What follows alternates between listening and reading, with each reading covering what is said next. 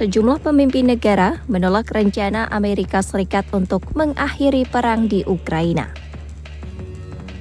Rancangan perdamaian ini dianggap memaksa Ukraina menyerahkan wilayah dan membatasi kekuatan militernya, sehingga diperoleh kesimpulan bahwa rencana ini merugikan kedaulatan dan keamanan Eropa.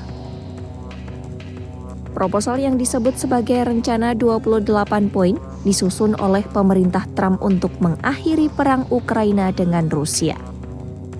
Namun, isinya mengatur sejumlah konsesi dari Ukraina, termasuk penyerahan wilayah yang belum diduduki Rusia dan pembatasan ukuran angkatan bersenjata Ukraina. Rencana ini juga melarang keanggotaan Ukraina di NATO, serta melarang pasukan NATO berada di wilayah Ukraina.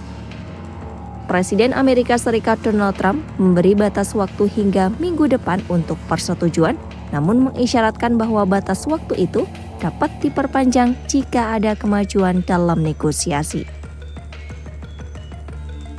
Usai pertemuan di Johannesburg, para pemimpin G20 mengeluarkan pernyataan bersama yang menolak ketentuan kunci dalam rencana damai AS. Keberatan utama terletak pada paket perdamaian yang dianggap merugikan kedaulatan Ukraina.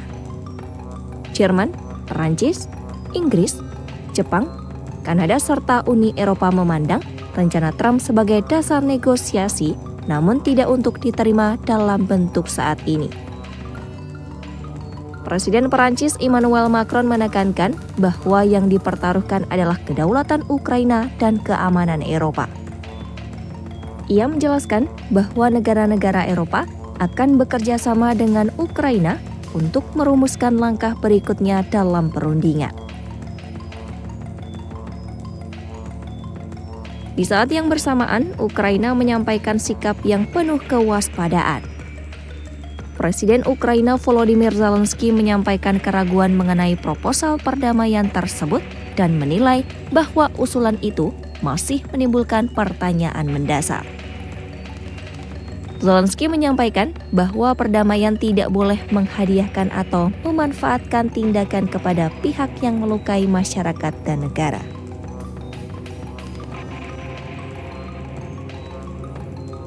Terlepas dari tekanan kebijakan Gedung Putih, sejumlah pemimpin Eropa secara publik menegaskan bahwa dukungan terhadap Ukraina tidak akan berubah.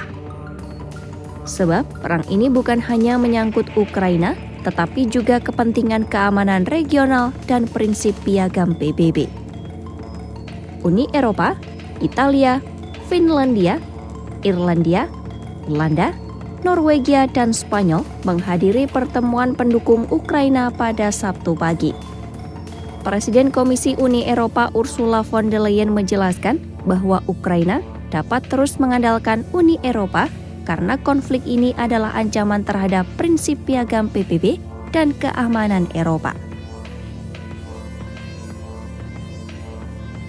Di dalam negeri, pemerintahan Zelensky saat ini sedang menghadapi tekanan besar, baik di medan perang maupun secara politik. Ukraina terus kehilangan posisi di medan tempur, meski mampu menimbulkan kerugian besar bagi pasukan Rusia. Pada saat yang sama, pemerintah dituntut menjawab gencarnya tuduhan korupsi internal dan ketidakpuasan politik.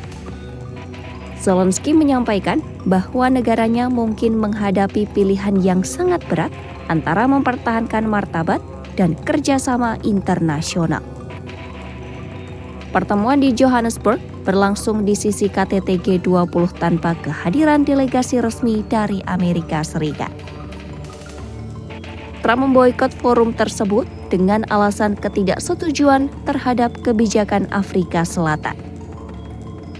Meski begitu, seluruh anggota lain mengirimkan delegasi resmi dan deklarasi disetujui sebagian besar negara termasuk Rusia. Deklarasi tersebut menyerukan semua negara untuk menghindari penggunaan kekuatan untuk memperoleh wilayah secara paksa dan menekankan perlunya perdamaian atas konflik global termasuk perang Rusia-Ukraina.